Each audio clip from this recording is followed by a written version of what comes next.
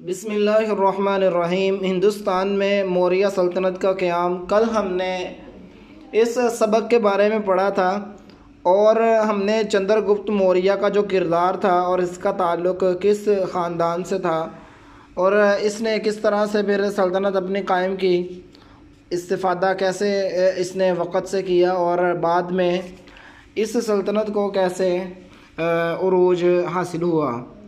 137 سال بعد اشوک چندر گپت موریہ کا پوتا اپنے باپ بندوسارا کے وفات کے بعد 272 قبل مسیح میں تخت نشین ہو گیا۔ ایک عظیم سلطنت اسے ورثے میں ملی۔ اس نے اپنے دادا چندر گپت کی طرح اچھے انداز سے حکومت کی۔ اس کے قوانین بڑے سخت تھے۔ اس نے اپنے بھائیوں کو ختم کر کے ریاست مگدھ کا تخت حاصل کر لیا۔ اشوک نے اڈیشہ کی ریاست پر قبضہ کرنے کے لیے 261 قبل مسیح میں حملہ کیا۔ اشوک کو فتح ہوئی۔ اس جنگ میں تقریباً 1 لاکھ آدمی مارے گئے۔ اس واقعہ کے بعد لڑائی سے اسے سخت نفرت ہو گئی اور آئندہ کوئی جنگ نہ لڑنے کا فیصلہ کر لیا۔ اس نے جنگ میں بنائے گئے قیدی چھوڑ دیے اور قوم سے معافی بھی مانگی۔ وہ جبر و تشدد سے توبہ کر کے بدھ مت کا پیروکار بن گیا۔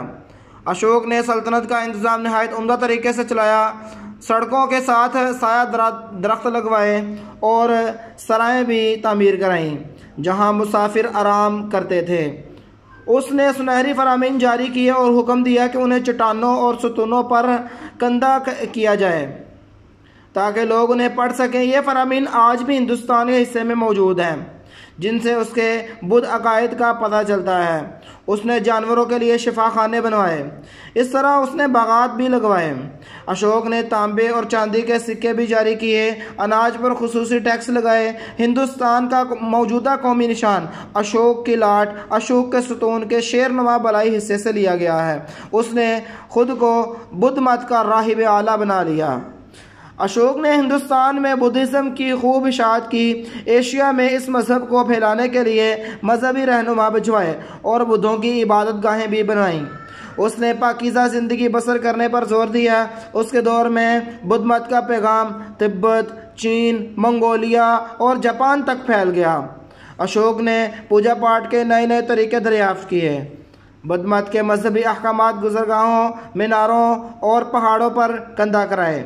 اس نے ملک بھر میں اسٹوپے، عبادت گاہیں بنوائیں جس کی وجہ سے ہندوستان دوبارہ چھوٹی چھوٹی ریاستوں میں اس نے 232 قبل مسیح میں وفات پائی۔ اس کے انتقال کے بعد تخت نشینے کے لیے اس کے جانشینوں میں جنگ شروع ہو گئی جس کی وجہ سے ہندوستان دوبارہ چھوٹی چھوٹی ریاستوں میں تقسیم ہو گیا۔